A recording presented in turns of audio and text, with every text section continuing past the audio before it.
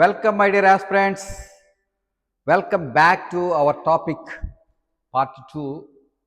రేపొద్దున్న జూలై 23న కేంద్ర బడ్జెట్ రాబోతున్న తరుణంలో బడ్జెట్ని అర్థం చేసుకోవడం ఎలా అనే భాగంలో కీలకమైనది బడ్జెట్లో ఉండే వివిధ రకాల లోటు భావనలు అర్థం చేసుకోవడం ఎలా, వివిధ రకాల లోటు భావనల్ని అర్థం చేసుకోవడం ఎలా. సో మనకందరికీ తెలిస్తే డెఫిసిట్ ఫైనాన్సింగ్ అంటారు దీన్ని. ఇండియా ఫుల్ బడ్జెట్ 2024-25 దీనిపై 100 ప్రశ్నలు తయారు చేస్తున్నాం. ఈ 100 ప్రశ్నలకి జస్ట్ 50 రూపీస్. దానిలో ఇది 23ని బడ్జెట్ ఇస్తే 24నే ఇచ్చేస్తాం. 24న మీకు ఆ 1 డే మట్టుకు 29 రూపీస్కే వస్తుంది. సో మీరు ఎవరైనా సరే పోల్చుకోవడానికి, మా క్వాలిటీని పోల్చుకోవడానికి మీకు ఒక గీటు రాయిలా ఉంటుంది. సో అందుకని ఎవరు ఇలాంటి ఛాలెంజింగ్ ఆన్లైన్ సింపుల్ టెస్ట్ పెట్టరు. సో మేము నెక్స్ట్ డేనే ఇస్తున్నామంటే ఎంత ఒరిజినాలిటీ ఉంటుందో మీరే గ్రహించవచ్చు. అందరూ కాపీ కొట్టే 99% ఉంటాయి ఆన్లైన్లో. This is not online academy. Kalam IAS academy is a regular academy since 2013. ఒక పెద్ద క్యాంపస్ ఉంది. ఒక రూమ్లో పెట్టి ఒక ల్యాప్టాప్ పెట్టుకుని అకాడమీలో 90% ఉన్నాయి ఆన్లైన్ మన మార్కెట్లో. Take care and enquiry about the credentials. So ఈ విధంగా ఇండియా ఫుల్ బడ్జెట్ 2024-25. ఎందుకంటే ఇంతకుముందు ఇంట్రీమ్ బడ్జెట్ ఇచ్చారు, తాత్కాలిక బడ్జెట్. ఇప్పుడు ఇచ్చే బడ్జెట్ ఫుల్ ఇయర్ బడ్జెట్ అన్నమాట. అందుకని దీన్ని ఫుల్ బడ్జెట్ 2024-25కి 100 టాప్ క్వశ్చన్స్ని నేను తయారు చేస్తున్నాను. దాన్ని మీరు టెస్ట్ రూపంలో ఇస్తాను. You can purchase it. Okay, at very low cost. Even tiffin rate అంత కాదు, టిఫిన్ అంత రేట్ కూడా కాదు. Let's start.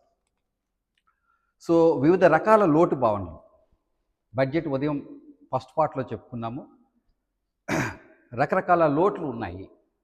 Budget at glance document నుంచే మీకు మళ్ళీ ఈ రకరకాల లోటు భావనలు అర్థం చేసుకోవడం ఎంత తేలికో మీకు చూపిస్తాను.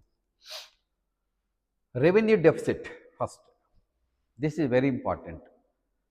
ఇంతకుముందు క్లాస్లో మనం చెప్పుకున్నాం, revenue expenditure over and above the revenue receipts is called revenue deficit. ఉదాహరణకి రెవెన్యూ రిసీట్ రాబడులు, రెవెన్యూ రాబడులు ఎంత అనుకున్నాం? 30 లక్షల కోట్లు అనుకున్నాం.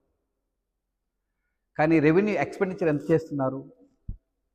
ఆ వచ్చే గ్యాప్నే, ఆ లోటునే ఈ రెవెన్యూ డెఫిసిట్ అంటారంటే. రెవెన్యూ ఎక్స్పెండిచర్ అంటే టోటల్ ఎక్స్పెండిచర్ కాదు. మీకు ఇప్పుడు క్లారిటీ ఇస్తాను ఇందులోనే. ఉదయం రెవెన్యూ ఎక్స్పెండిచర్ అంటే ఏంటి అనేది మీకు తెలియజేస్తాను. So revenue deficit is very simple. ఆదాయ లోటు ఎఫెక్ట్. ఇది వన్ కాన్సెప్ట్. మనకి 5-6 కాన్సెప్ట్స్ ఉన్నాయి, డెఫిసిట్ కాన్సెప్ట్స్. అవి ఏంటో ముందు చూద్దాం. First revenue deficit very important. Revenue deficit, physical deficit చెప్తే మిగతా లోట్లు ఆటోమేటిక్గా దాని నుంచి వచ్చినవే, ఈ రెండింటి నుంచి వచ్చినవే మిగతావి. కాబట్టి ఈ రెండు వస్తాయి, రెవెన్యూ డెఫిసిట్, ఫిజికల్ డెఫిసిట్ తెలిస్తే, క్లారిటీ వస్తే మిగతా ఆటోమేటిక్గా వచ్చేస్తాయి. So let's see. The first is revenue deficit, second is effective revenue deficit, ERD. దీన్ని నిజమైన రెవెన్యూ లోటు అంటారు. అలాగే మూడోది ఫిజికల్ డెఫిసిట్, ద్రవ్య లోటు లేదా విత్త లోటు. This is first and third is very important. And then fourth primary deficit. And fifth RBI రుణభాగం, monetised deficit, physical deficit. Monetised fiscal deficit అంటే ఫిజికల్ డెఫిసిట్ నుంచి వచ్చేది ఇది కూడా. అందుకనే రెండు, ఫస్ట్ థర్డ్ మీకు క్లారిటీ వస్తే మిగతా లోటు భావనలన్నీ తేలిగ్గా అర్థమైపోతాయి. So let's see. బడ్జెట్లో లోటు, బడ్జెట్ డెఫిసిట్. బడ్జెట్ డెఫిసిట్ అన్న, ఫిజికల్ డెఫిసిట్ అన్న ఒకటే, పెద్ద తేడా ఏం లేదు. ఓకే, సో ఈ విధంగా ఫస్ట్ 5 కాన్సెప్ట్స్ ఉన్నాయి. అందులో 2 కీలకమైనవి, రెవెన్యూ డెఫిసిట్, మూడవది ఫిజికల్ డెఫిసిట్. ఇవి కనుక వస్తే మిగతా అన్నీ కూడా మీకు ఆటోమేటిక్గా అన్నీ కూడా వచ్చినట్టే అని చెప్పవచ్చు.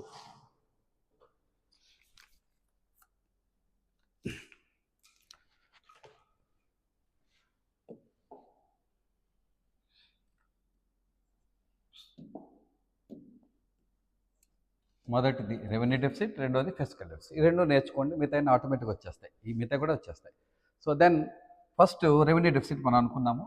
ఈ రెవెన్యూ డెఫిసిట్లో excess of revenue expenditure over revenue receipts. Revenue receipts మనం ఉదయం ఫస్ట్ వీడియోలోనే చెప్పుకున్నాం, 30 లక్షల కోట్లు. ఎక్సెస్ ఆఫ్ రాబడుల కన్నా ఖర్చు ఎక్కువ అయినప్పుడు ఆటోమేటిక్గా లోటు ఏర్పడుతుంది. ఆ లోటుని ఏ విధంగా పూడుస్తారనేది ఫిస్కల్ డెఫిసిట్లో తెలుస్తుంది. ముందు లోటు, ఈ రెవెన్యూ లోటు ఎలా ఉత్పన్నమవుతుంది, ఈ రెవెన్యూ లోటు ఎలా వస్తుంది అంటే రెవెన్యూ వ్యయం కనుక రెవెన్యూ రాబడుల కన్నా ఎక్కువ ఉంటే వచ్చేదాన్ని రెవెన్యూ డెఫిసిట్ అంటారు. Revenue deficit is equal to revenue expenditure minus revenue receipts. వచ్చే రాబడులు తీసేస్తే, వ్యయం నుంచి రాబడులు తీసేస్తే వచ్చే గ్యాపే దాన్ని రెవెన్యూ డెఫిసిట్, రెవెన్యూ లోటు అంటారు, లేదా ద్రవ్య లోటు అంటారు. రెవెన్యూ రాబడుల కన్నా అదనంగా ఉన్న రెవెన్యూ వ్యయంను రెవెన్యూ లోటు అంటారు. రెవెన్యూ రాబడుల కన్నా అదనంగా ఉన్నటువంటి వ్యయం 30 లక్షల కోట్లు మనం అనుకున్నాం. ఆ రెవెన్యూ రాబడి ఏదైతే ఉందో దానికి it does not bear any liability, అంటే దానికి ఏం బాధ్యత లేదు, మొత్తం ఖర్చు పెట్టుకుని ఏం కాదు. గవర్నమెంట్కి ఫ్రీగా వచ్చింది, ప్రజలు ఫ్రీగా పన్నులు కట్టేస్తే వచ్చింది, ప్రభుత్వం కష్టపడితే వచ్చింది కాదు, ఊరికే వచ్చింది గవర్నమెంట్. సో అంత ఖర్చు పెట్టుకుని ఏం కాదు.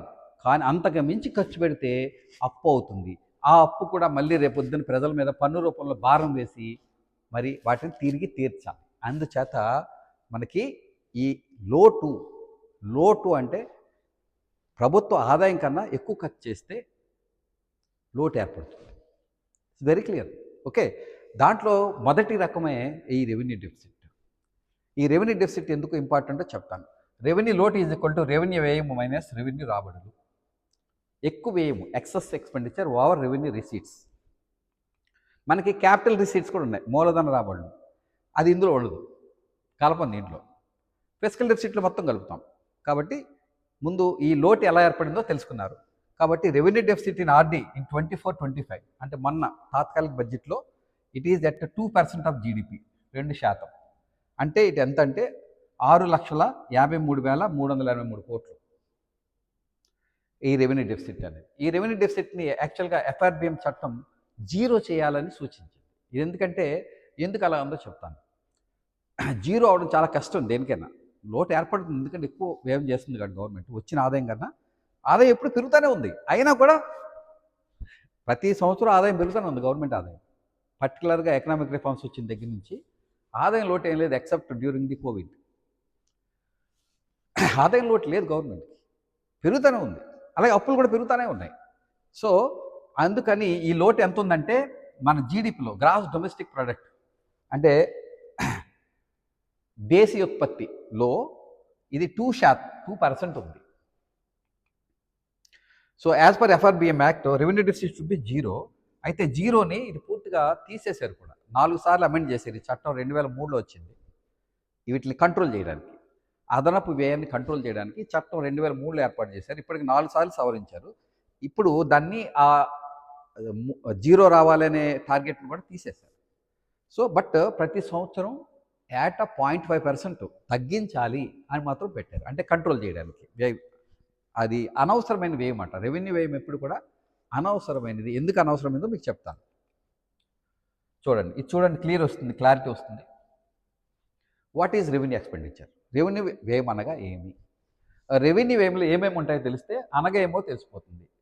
రెవెన్యూ రాబడి, very good, that is very good. ఎందుకని గవర్నమెంట్కి ఉచితంగా వస్తుంది, తిరిగి ఎవరికి ఏమి ఇవ్వాల్సిన పనిలే, అది ఫ్రీగా పంచేవచ్చు, ఫ్రీగా ఖర్చు పెట్టవచ్చు, నో ప్రాబ్లం.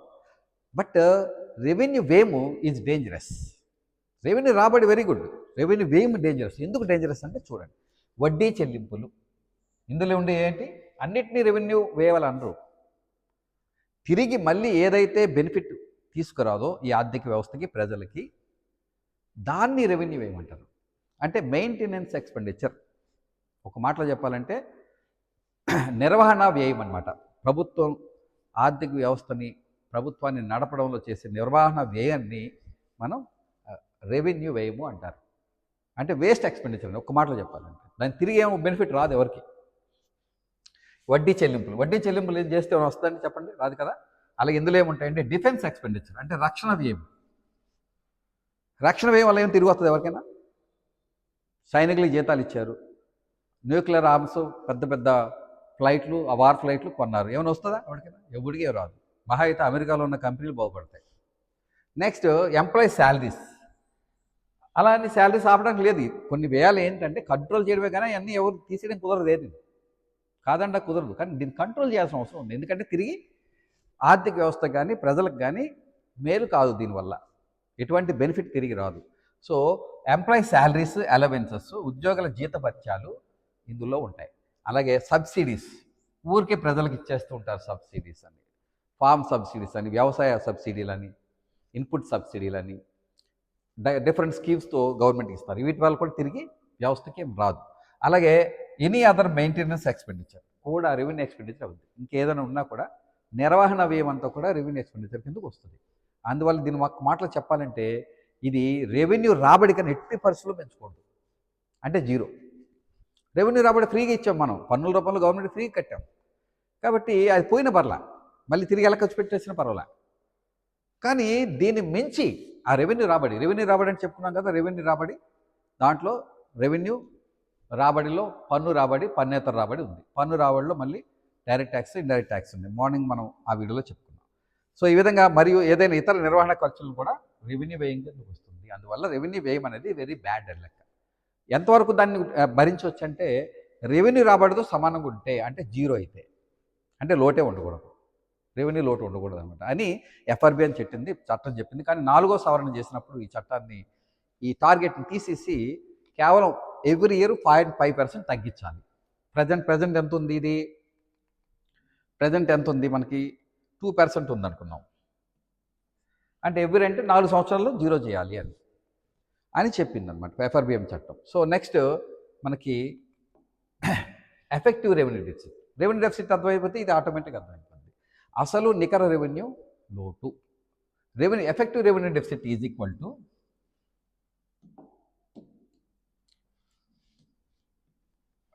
రెవెన్యూ డెఫిసిట్ అంటే ఎంతమంది చూసాం 2% of GDP minus grants to states and union territories for creation of capital assets.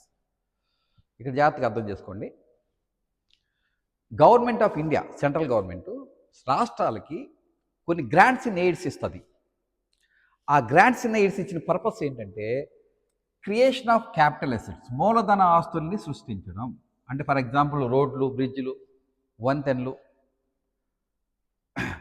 అలాగే ఫ్లైట్లు, పోర్ట్లు, ఇట్లా కట్టేదానికి తిరిగి మళ్ళీ ఆర్థిక వ్యవస్థకి వాటి వల్ల బెనిఫిట్ వస్తుంది అనమాట. ప్రజలకి బెనిఫిట్ వస్తుంది, ఆర్థిక వ్యవస్థ ఇంప్రూవ్ అవుతుంది.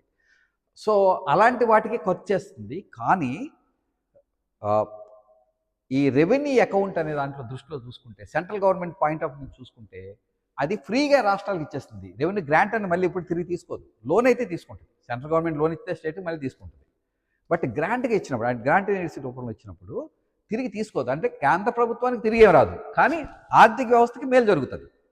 అందుకని దీన్ని రెవెన్యూ డెఫిసిట్ నుంచి మైనస్ చేసి చూడాలి అనే దానివల్ల ఏర్పడిన కొత్త భావనే ఈ ఎఫెక్టివ్ రెవెన్యూ డెఫిసిట్ అని అర్థం. అసలు నికర రెవెన్యూ లోటు ఉండడం బ్యాడ్ అనుకున్నాం కదా. అయితే ఇది బ్యాడ్ కాదు. ఎంత మేరకు ఇది ఉంది అంటే 0.8% ఆఫ్ జీడిపి. ఇంతకుముందు రెవెన్యూ లోటు ఎంత అనుకున్నాం? 2% అనుకున్నాం. అంటే యాక్చువల్గా రెవెన్యూ లోటు ఎంత ఉంది? 1.2 ఉంది. అంటే ఇది మంచి ఎక్స్పెండిచరే. కానీ సెంట్రల్ గవర్నమెంట్ అకౌంట్లో గ్రాంట్ రూపంలో రాష్ట్రాలకు ఇవ్వడం వల్ల సెంట్రల్ గవర్నమెంట్ తిరిగి రాదు. కాబట్టి దీన్ని రెవెన్యూ వ్యయం కింద పెట్టారు. But actually it creates capital assets, మూలధన ఆస్తులను సృష్టిస్తుంది. కాబట్టి అది మంచి వ్యయమే, బ్యాడ్ ఎక్స్పెండిచర్ కాదు. అందుచేత దీన్ని అసలైన రెవెన్యూ లోటు ఎంత ఉందో, ఎందుకంటే రెవెన్యూ లోటు జీరో ఉండాలని ఎఫ్ఆర్బిఎం చట్టం చెప్తుంది. అప్పుడు ఈ క్లాసిఫికేషన్ చేసి ఈ కొత్త భావన ఎఫెక్టివ్ రెవెన్యూ డెఫిసిట్ అని తర్వాత తీసుకొచ్చారన్నమాట. సో ఫస్ట్ ఇంట్రడ్యూస్ ఇన్ 2012-13 బడ్జెట్లో దీన్ని ప్రవేశపెట్టారు, ఈ కాన్సెప్ట్ని. సో బాగా అర్థం చేసుకోవడానికి, మనం అంతా వేస్ట్ ఎక్స్పెండిచర్ అనలేము. ఈ ఎక్స్పెండిచర్ని మంచి ఎక్స్పెండిచర్గానే ఉంది, కానీ అకౌంట్ రూపంగా మళ్ళీ తిరిగి రాదు. కాబట్టి సెంట్రల్ గవర్నమెంట్కి ఫ్రీగా ఇచ్చేస్తున్నాం స్టేట్స్. కాబట్టి దీన్ని ఎఫెక్టివ్ రెవెన్యూ డెఫిసిట్గా చూసినప్పుడు 0.8% ఆఫ్ జీడిపి తగ్గిపోతుంది. అంటే 1.2% ఆఫ్ జీడిపి. సో ఇంకో ఎఫ్ఆర్బిఎం చట్టం చెప్పిన ప్రకారం ప్రతి సంవత్సరం ఒక 0.5% తగ్గించండి ఇది జీడిపిలో అన్నారు. కాబట్టి అది ప్రాక్టికల్ అని కంట్రోల్ చేయడానికి చెప్పారు. బట్ సవరణ చేసిన తర్వాత దీని మీద టార్గెట్స్ అన్ని తీసేశారు. ఇప్పుడు ఏమైనా టార్గెట్స్ ఉంటే ఓన్లీ ఫిస్కల్ డెఫిసిట్ పైనే ఉన్నాయి, మిగతా వాటి మీద పెద్దగా లేవు. అప్పుల మీద ఉన్నాయి. ఓవరాల్గా జీడిపిలో ఒక నిష్పత్తి, జీడిపి డెట్ రేషియో అంటారు దాన్ని. సో 0.8% అంటే ఎంత ఉంది? 2,65,000 కోట్లే. అదే రెవెన్యూ డెఫిసిట్ అయితే మనకి ఇంకా ఎక్కువ ఉంది. కాబట్టి దాన్ని మనకి ఈ విధంగా చూడాలనేది. ఇక next fiscal deficit. This is very important. Revenue deficit నుండి వచ్చిందే ఎఫెక్టివ్ రెవెన్యూ డెఫిసిట్. మీకు అర్థమైపోయి ఉంటుంది ఈ పాటికి. ఫిస్కల్ డెఫిసిట్ విత్త లోటు లేదా ద్రవ్య లోటు లేదా కోస లోటు, రకరకాల తెలుగు పదాలు ఉన్నాయి. ఈ పదాల వల్లే ఎకానమీని నాశనం చేస్తారండి. ఈ లాంగ్వేజ్ చూస్తే ఆవిడ క్లారిటీ రాదు. నాకు అనిపించిందేమో, మరి ఇంగ్లీష్లో మీడియం మీరు కూడా చదివితే మీకు అనిపిస్తుంది. నేనంతా ఇంగ్లీష్ మీడియం చదువుకున్నాను, బట్ మీకోసం తెలుగు మీడియం కూడా ఎక్స్ప్లెయిన్ చేయడానికి ట్రై చేస్తుంది. What is the fiscal deficit? Then fiscal deficit is equal to total expenditure. అంటే ఎక్స్పెండిచర్ రెండు రకాలు, రాబడులు రెండు రకాలని మనం లాస్ట్ వీడియోలో చెప్పుకున్నాం. టోటల్ ఎక్స్పెండిచర్ అంటే revenue expenditure as well as capital expenditure. మూలధనాస్తుల మీద ఖర్చు పెట్టేదాన్ని క్యాపిటల్ ఎక్స్పెండిచర్ అంటారు. Minus total receipts. మొత్తం 30 లక్షల కోట్లు వచ్చినప్పుడు 45 లక్షల కోట్లు అప్పు గవర్నమెంటు మన తాత్కాలిక బడ్జెట్లో ఖర్చు పెట్టడానికి ప్రతిపాదించింది. సో ఈ గ్యాప్ ఉంది కదా, 30 లక్షలు వస్తే 45 లక్షలు బడ్జెట్ తయారు చేసింది, 17 లక్షలు ఎక్కువ కదా. సో లోటుని ఫిస్కల్ డెఫిసిట్ అంటారు. మొత్తం వ్యయం మొత్తం రాబడి కన్నా ఎక్కువ ఉంటే ఆ మధ్యలో వచ్చే లోటు గ్యాప్నే ఫిస్కల్ డెఫిసిట్ అంటారు. ఆ లోటుని అందుకనే except loans and other liabilities. రాబడుల్లో లోన్స్ అదర్ లయబిలిటీస్ కూడా ఉంటాయి, క్యాపిటల్ రిసీట్స్లో ఉంటాయి కూడా. అవి తీసేస్తే వచ్చేదే ఈ లోటు. అర్థమైందా? కన్ఫ్యూజ్ అవుతున్నారా? మొత్తం వ్యయం నుండి మొత్తం రాబడిని తీసేస్తే వచ్చే గ్యాప్ ఉంటుంది కదా. ఎందుకంటే 30 లక్షల కోట్లు రాబడి అంతా, గవర్నమెంట్ ఆఫ్ ఇండియా రాబడి, అన్ని రకాల రాబడి 30 లక్షల కోట్లని చూసుకున్నాం. ఆ 30 లక్షల కోట్లు కాదు, బడ్జెట్ వ్యయం ఎంత చేస్తుంది? 47,65,000 కోట్లు చేస్తుంది. అందుచేత ఈ గ్యాప్ని ఫిస్కల్ డెఫిసిట్ అంటారు. దాన్ని అప్పులతో పూడుస్తుంది, అప్పులు చేస్తుంది అన్నమాట. సో ఎటువంటి అప్పులు అనేది డీటెయిల్గా చెప్తాను. Excess of total expenditure total receipts less borrowings. Less ఎందుకన్నాడంటే బారోయింగ్స్ అప్పుల ద్వారా పూడ్చుద్ది ఆ గ్యాప్ని. మనం చెప్పాం, Indian budget is not a deficit budget, it is a balanced budget. అంటే రాబడిని వ్యయాన్ని సమానంగా చూపించాలి. సమానంగా చూపిస్తారు కానీ నిజంగా సమానంగా లేదు, అప్పుల ద్వారా పూడుస్తున్నారు. ఈ less borrowings and other liabilities, అదే లోటు. లోటు అనేది గ్యాప్. ఆ గ్యాప్ నెల పూడుస్తున్నారు, అప్పుల ద్వారా పూడుస్తున్నారు. కేవలం అప్పుల ద్వారా పూడ్చే గ్యాప్నే ఫిస్కల్ డెఫిసిట్ అంటారు. మొత్తం రాబడుల నుండి రుణ రాబడుల్ని తీసివేయగా వచ్చేదే రుణ రాబడులు. రాబడులు చూసాం, ట్యాక్స్ రెవెన్యూస్లో, non tax revenues, capital receipts చూసాం. ఇవి non debt capital receipts. Debt capital receipts, non debt capital receipts. Non debt capital చాలా తక్కువ మనకి, డెట్ క్యాపిటల్ రిసీట్స్ చాలా ఎక్కువ. ఈ డెట్ క్యాపిటల్ రిసీట్స్ని తీసివేయగా వచ్చేదే విత్త లోటు లేదా కోశ లోటు. అంటే అప్పులు తీసేయడమేనే అండి, వేరే పెద్దగా మీరు ఏం కన్ఫ్యూజ్ అవుతుంది. అప్పులే. మన వ్యయము ఎక్కువ ఉంది, ఆదాయం తక్కువ ఉంది, అప్పుడు గ్యాప్ ఏర్పడుతుంది కదా. అదే విత్త లోటు, ఫిస్కల్ డెఫిసిట్. ఫిస్కల్ అంటే ఆ సంవత్సరానికి, ఫిస్కల్ ఇయర్ అంటాం కదా, ఆ సంవత్సరంలో చేసే ఖర్చులు, ఆదాయాలు అంతే. సో నుండి రుణ రాబడులు తీసివేయగా వచ్చేదే రుణ రాబడులు. రుణ రాబడులు అనేది అప్పులు చేయడం ద్వారా వచ్చే రాబడి కదా, అది నిజమైంది కాదు. రాబడి యాక్చువల్గా 30 లక్షల కోట్లు ఉంది, ఖర్చు పెట్టేది 47 లక్షల కోట్లు ఉంది. సో అందువల్ల ఆ వచ్చిన గ్యాప్ని ఈ విత్తలోటు అంటారు. దాన్ని లెస్ బారోయింగ్స్ అన్నాడు అందుకే. ఓకే, నెక్స్ట్ మొత్తం వ్యయంలో అప్పుల ద్వారా చేసే వ్యయాన్ని విత్తలోటు లేదా కోసలోటు అంటారు. ఒక్క మాటలో చెప్పాలంటే అదనపు వ్యయం చేసే ఎందుకు ప్రభుత్వం చేసే అప్పులే ఈ విత్తలోటు. లోటు అయితే ఉంది, దాన్ని పూడ్చుంటారు. దేని ద్వారా పూడుస్తుంది? అప్పుల ద్వారా పూడ్చే గ్యాప్నే ఈ విత్తలోటు అంటారు. That's all. So clear now. Then next విత్తలోటు అంటే ప్రభుత్వం చేసే అప్పులు మరియు ఇతర రుణ బాధ్యతలు.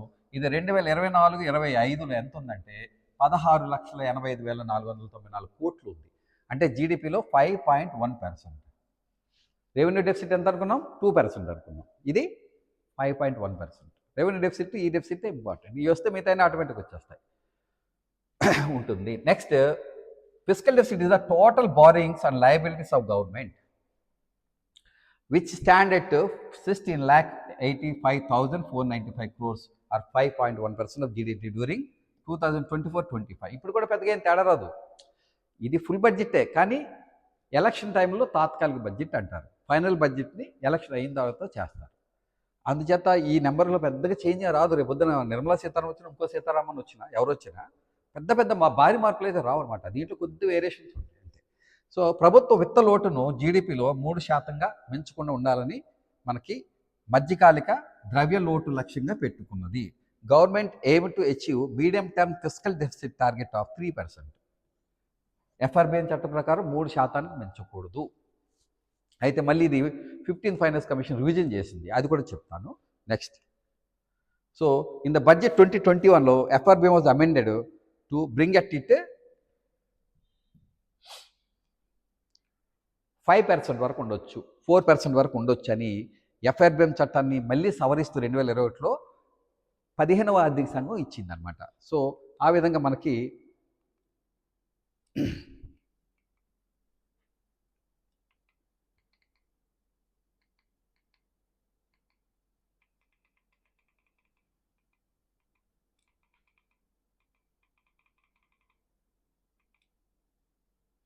సో ఎఫ్ఆర్బిఐ చట్టంలో ప్రకారం 2025-26 నాటికి 4.5% ఫిస్కల్ డెఫిసిట్ పెంచకూడదు. ఇది ఎప్పుడు తీసుకొచ్చింది? 2021 చట్ట బడ్జెట్లో 15th ఫైనాన్స్ రికమెండేషన్ కోసం ప్రకారం దీన్ని సవరించారు ఈ చట్టాన్ని. అంటే 2025-26 నాటికి 4%. ఇప్పుడు ఎంత ఉంది ఫిస్కల్ డెఫిసిట్? 5% ఉంది. సో అది ఈజీనే కదా. సో ఈ టార్గెట్ని ఇప్పుడున్న పరిస్థితి పట్టి చూస్తే ఆర్థిక వ్యవస్థ బాగుంది ఇప్పుడు, కాబట్టి ఖచ్చితంగా ఈ ఏదైతే రివైజ్డ్ చేసిందో, అంతకుముందు 3% ఉన్నప్పుడు కష్టమయ్యేది. 4.5 అది ఎప్పుడు ఈ బడ్జెట్ కాదు, నెక్స్ట్ బడ్జెట్ కల్లా తేలిపోతుంది. నెక్స్ట్ బడ్జెట్ ప్రపోజ్ చేసినప్పుడు 4.5 కన్నా తక్కువ చేసినా ఆశ్చర్యపోవడం లేదు, ఎందుకంటే ఇప్పుడు 5% ఉంది, ఆదాయం పెరుగుతోంది గవర్నమెంట్కి, కాబట్టి ఇది పెద్ద ఇష్యూ కాదు. So present fiscal deficit target as per the FRBM act అంటే, అమెండెడ్ ఎఫ్ఆర్బిఎం యాక్ట్ అంటే 4.5% ఆఫ్ జీడిపి. ఓకేనా? సో దెన్ ఇప్పుడు చూడండి, ఇంట్రిమ్ బడ్జెట్ 2024-25 మన ఫిబ్రవరి 1 2024లో ప్రవేశపెట్టిన బడ్జెట్ అట్ గ్లాన్స్ మనకి ఎక్స్పెండిచర్ చూస్తే అన్ని డెఫిసిట్లు ఇక్కడ కనబడతాయి. ఒకటి ఫస్ట్ రెవెన్యూ డెఫిసిట్. ఇప్పుడు నేను చెప్పిందే 10 - 1. 10 అంటే ఏది? Revenue expenditure. రెవెన్యూ ఎక్స్పెండిచర్ నుంచి వాడు బడ్జెట్ డాక్యుమెంట్లు ఇచ్చాడు. కాన్సెప్ట్ ఈజ్ ఫంక్షనల్ కాన్సెప్ట్ అండి, డౌట్ ఉండడానికి అవకాశమే లేదు. మీరు అర్థం చేసుకోలేకపోతే లోపేమో, కానీ ఈరోజు అమలు చేస్తున్నటువంటి వ్యవస్థ అనమాట, అందుకని. సో రెవెన్యూ డెఫిసిట్ ఈజ్ 10 - 1 అని వాడే ఇచ్చాడు. 1 అంటే ఏంటి? Total receipts. అది నెక్స్ట్ దాంట్లో ఉంటుంది చూడండి, రిసీట్స్లో ఉంటుంది. ఇందాక అప్పులు, ఇందాక వ్యయం, అది ఇది రిసీట్స్లో ఎక్కడ ఉంది? 1 అంటే రెవెన్యూ రిసీట్స్. అంటే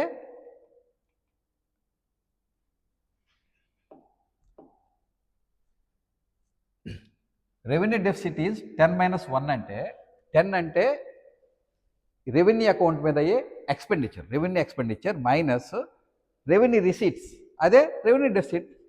ఇంతకుముందు అనుకున్నదే. వ్యయం వచ్చే రెవెన్యూ రాబడి కన్నా ఎక్కువ ఖర్చు చేస్తే అది revenue deficit. Very simple. So ERD మనం ఆల్రెడీ చూసాము, అది సెంట్రల్ గవర్నమెంట్ స్టేట్స్కి ఇచ్చే grant in aid that is prescribed to be used for creation of capital assets. Next fiscal deficit. ఇది కూడా సేమ్ ఇంతకు ముందు చెప్పుకున్నట్టే, ఫిస్కల్ డెఫిసిట్ 5.5%. అదే రెవెన్యూ డెఫిసిట్ మనం చెప్పుకున్నది 2% ఉంది. ఫిస్కల్ డెఫిసిట్ ఎంత ఉంది? ఎఫ్ఆర్బిఎం చట్టాన్ని సవరించింది as per the recommendations of the 15th finance commission, 15వ ఆర్థిక సంఘం ప్రకారం 4.5% ఉండాలంటే అది ఎంత ఉంది? 5.1% ఉంది. 4.5 ఎప్పుడు ఉండాలని ఉంది? 2025-26 ఆర్థిక సంవత్సరానికి. కాబట్టి ఈజీగా అయిపోతుంది. సో ప్రభుత్వం ఫిస్కల్ డెఫిసిట్ని కంట్రోల్ చేయగలుగుతుంది, కానీ రెవెన్యూ డెఫిసిట్ని కంట్రోల్ చేయడం చాలా కష్టంగా ఉంది. ఇంకా 2% ఉంది. దీన్ని 0.5% తగ్గించమని ప్రతి ఏటా ఎఫ్ఆర్బిఎం చట్టం చెప్తుంది. నెక్స్ట్ ఇవన్నీ రిసీట్స్ మీకు అర్థం కావడం కోసం చేశాను. ఇక ప్రాథమిక లోటు, ఇప్పుడు చెప్పుకున్నది ఏంటి? విత్త లోటు, కోశ లోటు లేదా ద్రవ్య లోటు ఆర్ ఫిస్కల్ డెఫిసిట్ అన్నదే. ఇంగ్లీష్ చాలా ఈజీగా ఉంటుందండి. ఫిస్కల్ డెఫిసిట్ అంటే ఆ సంవత్సరం మొత్తంలో చేసే వ్యయాలు ఆదాయాలు అవి కనుక వ్యత్యాసం గ్యాప్లు ఉంటే దాన్ని లోటు అంటారు, అంతే. సో ప్రాథమిక లోటు ఏ విధంగా ఉత్పన్నమవుతుంది? ఈ ప్రాథమిక లోటు అనే కాన్సెప్ట్ కూడా కొద్దిగా అర్థం చేసుకోవడానికి ఫిజికల్ డెఫిసిట్ని కంట్రోల్ చేయడం కష్టమయ్యి అది నిజంగా ఎంత బ్యాడ్ అని తెలుసుకోవడానికి చేసేదే వచ్చినటువంటి కొత్త కాన్సెప్ట్. మన్మోహన్ సింగ్ గారు దీన్ని బడ్జెట్ 2093లో ఫస్ట్ డాక్యుమెంట్లో చెప్పారు. 1993లో 92 ఆయన ఫైనాన్స్ మినిస్టర్ అయ్యారు. So primary deficit is equal to physical deficit minus interest payments. అంటే విత్త లోటు నుంచి వడ్డీ చెల్లింపులు తీసేస్తే వచ్చేదే ఫిజికల్ డెఫిసిట్. అంటే వడ్డీ చెల్లింపులు ఉండకపోతే ఇది ఇంకా బాగా తగ్గిపోద్ది. అర్థమైంది మీకు? అంటే అప్పులు తగ్గించాలి. డెట్ స్వాపింగ్ అంటారు. ఎక్కువ వడ్డీ రుణాలని తక్కువ వడ్డీ రుణాలు తీసుకొని దాన్ని తీర్చేయడం, దాన్ని డెట్ స్వాపింగ్ అంటారు. So primary deficit is equal to physical deficit minus interest payments. వడ్డీ చెల్లింపులు తీసేస్తే విత్త లోటు నుంచి ఫిజికల్ డెఫిసిట్ నుంచి వచ్చేదే ప్రాథమిక లోటు లేదా ప్రైమరీ డెఫిసిట్. ఓకే, సో ఇది ఎంత ఉంది అంటే 1.5% ఆఫ్ జీడిపి ఉంది. అది ఎంత అంటే 4,95,054 కోట్లు. సో ఇది 1.2%. అదే ఫిజికల్ డెఫిసిట్ ఎంత ఉంది? 5.1% ఉంది. 5.1% అంటే 1% తగ్గిపోతుంది. బట్ ఇది ఇంట్రెస్ట్ పేమెంట్స్ చెల్లించడం అనేది తీసేస్తే వచ్చేదే ఈ ప్రైమరీ డెఫిసిట్. ప్రాథమిక లోటు ఈజ్ ఈక్వల్ టు ద్రవ్య విత్త లోటు మైనస్ వడ్డీ చెల్లింపులు. సో విత్త లోటు 16,85,000 కోట్లు అంటే ఆల్మోస్ట్ 17 లక్షల కోట్లు. అదే అనుకున్నాం కదా, రెవెన్యూ రాబడి 30 లక్షల కోట్లు ఉంది. మిగతాదంతా 47 లక్షల కోట్లు ప్రతిపాదించిన బడ్జెట్. ఈ 17 లక్షల కోట్లు కలిపితే 47 లక్షల కోట్లు.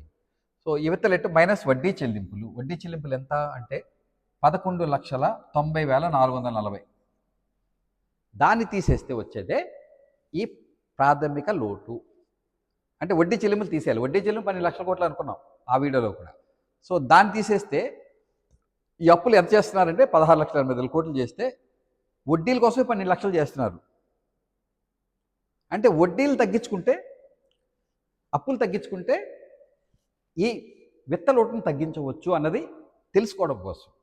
అంటే మన సమస్య ఎంత జటిలంగా ఉంది అని తెలుసుకోవడం కోసం ఈ ప్రాథమిక లోటు లేదా ప్రైమరీ డెఫిసిట్ అనే కాన్సెప్ట్ని మన మన్మోహన్ సింగ్ గారు 93 బడ్జెట్లో ప్రవేశపెట్టారు. 2024-25లో ఇది జీడిపిలో 1.5% ఉంది. అదే విత్త లోటు ఆర్ ఫిజికల్ డెఫిసిట్ 5.1% ఉంది. సో ఈ విధంగా మనకి ప్రాథమిక లోటు ఏర్పడుతుంది. సో డెఫిసిట్ స్టాటిస్టిక్స్ అని మన బడ్జెట్లో ఇచ్చాడు, ఇంటర్మ్ బడ్జెట్లో. ఇప్పుడు కూడా కొత్త బడ్జెట్లో కూడా ఎలాగనే వస్తాయి, సేమ్ ఫిగర్స్ మారితే తప్ప సేమ్ ఇదే ఉంటుంది. సో ఫిజికల్ డెఫిసిట్ మనం 5.1%. అంతకుముందు ఇంకా ఎక్కువ ఉంది. అంతకుముందు సంవత్సరం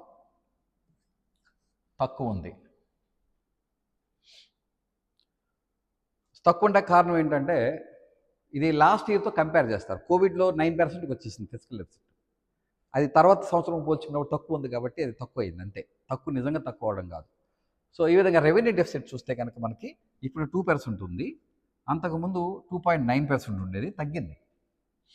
సో అంతకుముందు ఇంకా ఎక్కువ ఉండేది, 3.9% ఉండేది. సో ఇప్పుడు 2%, అది కూడా అదుపులో ఉంది, కంట్రోల్లో ఉంది. What is called revenue deficit.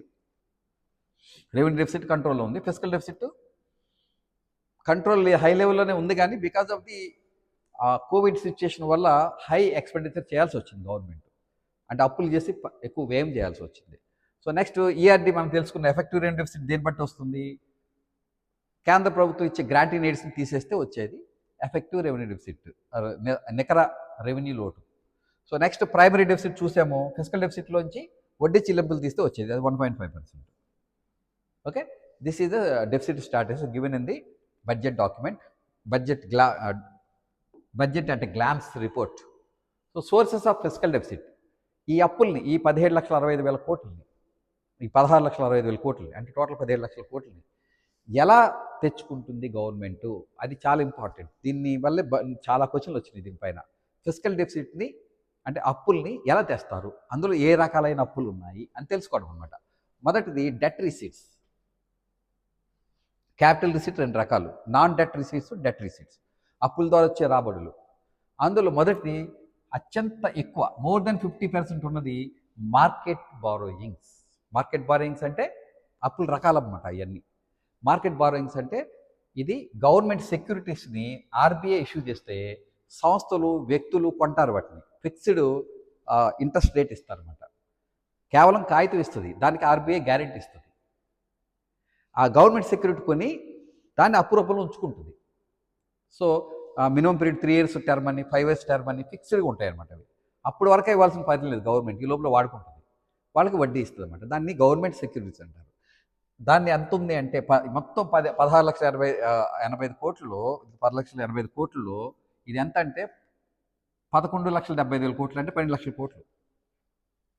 అంటే మోర్ దెన్ 50-70% ఈ డెట్ రిసీట్స్లో అప్పులు చేసే విధానంలో మార్కెట్ బారోయింగ్స్ నుంచే ఉన్నాయి. మార్కెట్ బారోయింగ్స్ అంటే విదేశీ అప్పులు కాదు, స్వదేశంలోనే ఉన్న సంస్థలు, వ్యక్తులకు అమ్మి వాళ్ళ దగ్గర డబ్బు తీసుకొని ప్రభుత్వం వ్యయం చేస్తుంది, అదన్నమాట. So next short term borrowing, and దీన్ని ట్రెజరీ బిల్స్ అంటారు. ఎప్పుడైనా సరే లిక్విడిటీ సమస్య ఉన్నప్పుడు, అంటే సడన్గా గవర్నమెంట్కి డబ్బులు తక్కువయ్యి జీతాలు పే చేయడానికి డబ్బులు లేవనుకో, ట్రెజరీ బిల్స్ ఇష్యూ చేస్తుంది. సో ఆర్బీఐ ఇష్యూ చేస్తుంది వీటిని. దీని ద్వారా వచ్చేది 50,000 crores, తక్కువే. ఆ తర్వాత అన్నిటికన్నా ఎక్కువ మార్కెట్ బారోయింగ్స్. సో ఎందుకంటే మోర్ దెన్ 2/3 ఉంది, 2/3. ఎందుకంటే 16,85,000 కోట్లు అప్పులైతే అందులో 12 లక్షల కోట్లు అంటే 2/3 ఉందన్నమాట. అందుకని చాలా ఇంపార్టెంట్. షార్ట్ టర్మ్తో చాలా తక్కువ ఉంది, 50,000 crores. Securities against small savings. Small savings చాలా 10 ఏళ్ళకి, 20 ఏళ్ళకి, 30 ఏళ్ళకి పెడుతూ ఉంటారు, చిన్న పొదుపు చేసే ఫిక్స్డ్ డిపాజిట్స్. ఆ 20 ఏళ్ళ వరకు వాడాల్సిన పని లేదు కాబట్టి ఆ సెక్యూరిటీ బేసిస్ మీద, దానికి ఎగెనెస్ట్ బేసిస్ మీద సెక్యూరిటీస్ గవర్నమెంట్. ఎందుకంటే గవర్నమెంట్ దాని నుంచి 4,66,000 కోట్లు. అన్నిటికన్నా ముఖ్యంగా చెప్పుకోవాల్సింది అంటే స్టేట్ ప్రొవిడెంట్ ఫండ్ నుంచి 5,200 కోట్లు, other receipts, internal debts public account నుంచి మైనస్ చేశాడు ఇది. నెక్స్ట్ ఎక్స్టర్నల్ డెట్ చాలా తక్కువ, 15,950, అంటే 16,000 కోట్లు. అంటే విదేశీ అప్పు చాలా చాలా తక్కువ, 1,00,000 కోట్లు లేదు కూడా లేదు, 16,000 కోట్లు అంతే ఆఫ్టర్ ఆల్. సో మనం డెఫిసిట్ ఫైనాన్సింగ్, విత్తలోటు అంతా కూడా, అంటే అప్పులు ఏదైతే చేస్తుందో సెంట్రల్ గవర్నమెంట్, అది లోపల ఇంటర్నల్ డెట్సే. మన దేశంలో అప్పులు తీసుకున్నవే, బయట వాళ్ళు విదేశాల మీద కాదు. అందుకని మనం భయపడాల్సిన పని లేదు. కానీ స్వదేశంలో అయినా సరే కట్టాల్సింది కదా, వడ్డీతో పాటు అప్పు తీర్చి చెల్లించాలి. ఎవరు చెల్లిస్తారు? రాబోయే భవిష్యత్తు యంగ్ జనరేషన్ చెల్లిస్తుంది, వీళ్ళు కాదు. మీ దగ్గర పన్నులు వసూలు చేసి కట్టాలి ప్రభుత్వం, వేరే ఛాయిస్ ఏముండదు. అందువల్ల అప్పులు అనేది అది అవాయిడ్ చేయడం చూడాలి. ఒకవేళ అప్పు సరిగ్గా నిజంగా చేయాల్సి వస్తే మరి క్యాపిటల్ అసెట్స్ క్రియేట్ చేయడానికి, మూలధన ఆస్తులు చేయడానికి చేసే అప్పులు మాత్రం మంచివే, రెవెన్యూ ఎక్స్పెండిచర్ చేసే అప్పులు మంచివే కావు అని మనం స్పష్టంగా తెలుసుకున్నాం. నెక్స్ట్ డెఫిసిట్ ట్రెండ్స్ చూడండి. ఈ డెఫిసిట్ ట్రెండ్స్లో ఇది కోవిడ్ ఇయర్లో 2021లో ఈ ఫిస్కల్ డెఫిసిట్ అనేది 9.2%, ఇప్పుడు 5.1% ఉంది, అది 9.2% అయిపోయింది. అలా మళ్ళీ ఇప్పుడు 5.1కి డౌన్ అవుతూ వచ్చింది. ట్రెండ్స్ చూడండి అంతే. అంతకుముందు 2018-19లో చాలా తక్కువ ఉండేది, 4% డౌన్ అయింది ఫిస్కల్ డెఫిసిట్, 4.6కి వచ్చింది. ఆ దెబ్బకు ఒకేసారి ఈ కోవిడ్ ఇయర్లో మనకి ఇది గాన్. అలాగే మనకి రెవెన్యూ డెఫిసిట్ రెడ్ కలర్లో ఉంది, ఇది మంచిది కాదు కాబట్టి రెడ్ కలర్లో చూపించాడు. ఇది కూడా అలానే సేమ్ అదే ట్రెండ్లో పైకి వెళ్ళి మళ్ళీ నెమ్మదిగా కిందకు వచ్చి 2% దగ్గర ఆగింది. అసలు రెవెన్యూ డెఫిసిట్ ఉండకుండా ఉంటే చాలా చాలా మంచిది, but it is not easy. జీతాలు అవ్వకుండా ప్రభుత్వం నడుస్తుందా? అలా కొన్ని ఖర్చులు, రవాణా, రక్షణ వ్యయాలు ఇలాంటివి తగ్గించుకోవాలి, సబ్సిడీలు తగ్గించుకోవాలి. సో ఇది ప్రభుత్వానికి అంత ఈజీ కాదు, మన ముఖ్యంగా డెమోక్రసీలో ఉండే ప్రభుత్వాలకి అంత ఈజీ కాదు. సో అందువల్ల దీనికి ఈ లిమిటెడ్ కంట్రోల్ చేయడం లక్ష్యమే తప్ప ఆ వృధా వ్యయాన్ని తగ్గించుకోవాలి, మంచి వ్యయాన్ని చేయాలి. So that's definite. ట్రెండ్స్ అన్ని కూడా సేమ్ అదే రిఫ్లెక్ట్ అవుతున్నాయి. గవర్నమెంట్ ఆఫ్ ఇండియా చాలా కంట్రోల్ చేస్తుంది. ఇది చూడండి, మొత్తం క్లియరిటీ వచ్చేస్తుంది చార్ట్లో.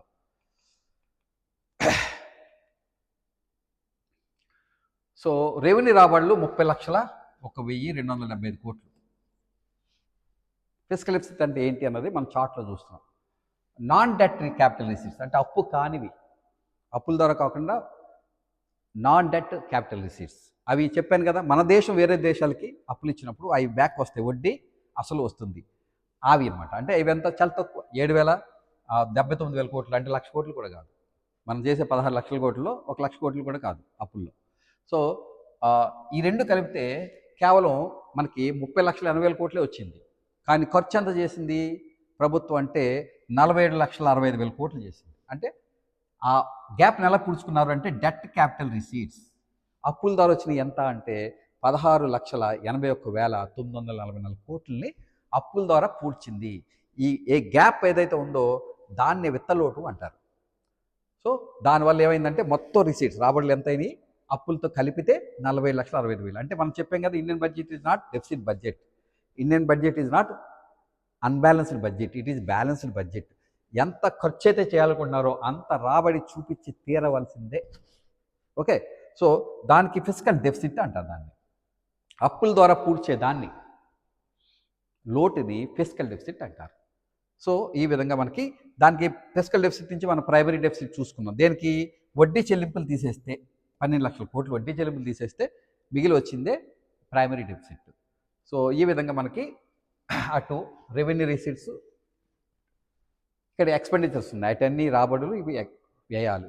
రెవెన్యూ ఎక్స్పెండిచర్ 36 లక్షల కోట్లు, ఇది కూడా 6,50,000 కోట్లు ఎక్కువ ఉంది కదా. మనకి రెవెన్యూ రాబడి ఎంత ఉంది? 30 లక్షల కోట్లే.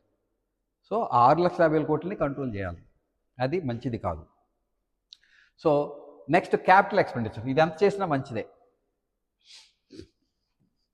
టోటల్ క్యాపిటల్ ఎక్స్పెండిచర్ ఇది ఒక రకంగా చెప్పాలని పెంచుతూ వెళ్తుంది గవర్నమెంట్. క్యాపిటల్ ఎక్స్పెండిచర్ పెంచుతూ వెళ్తుంది గవర్నమెంట్, మంచి ఫీచర్ అది.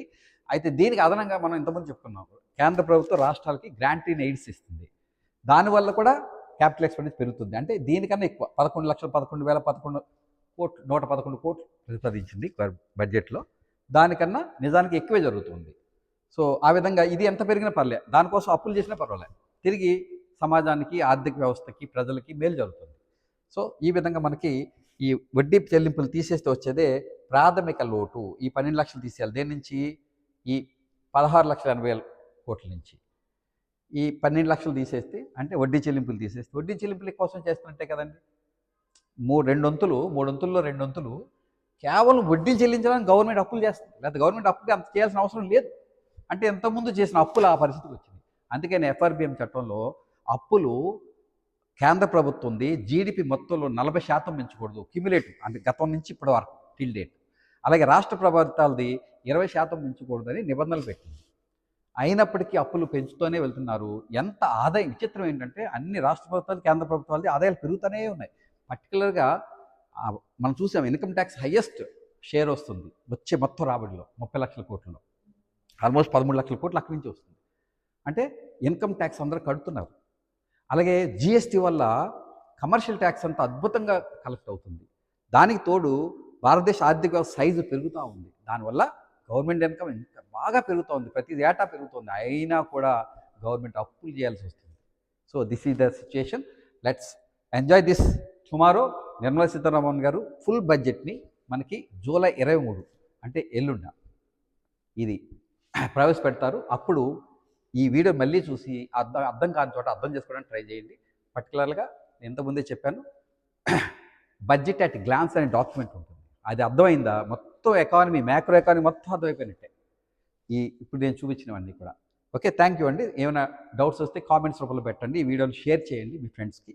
సో ఇది సందర్భానుసారం కాబట్టి నేను ఈ కాన్సెప్ట్ చెప్పాను.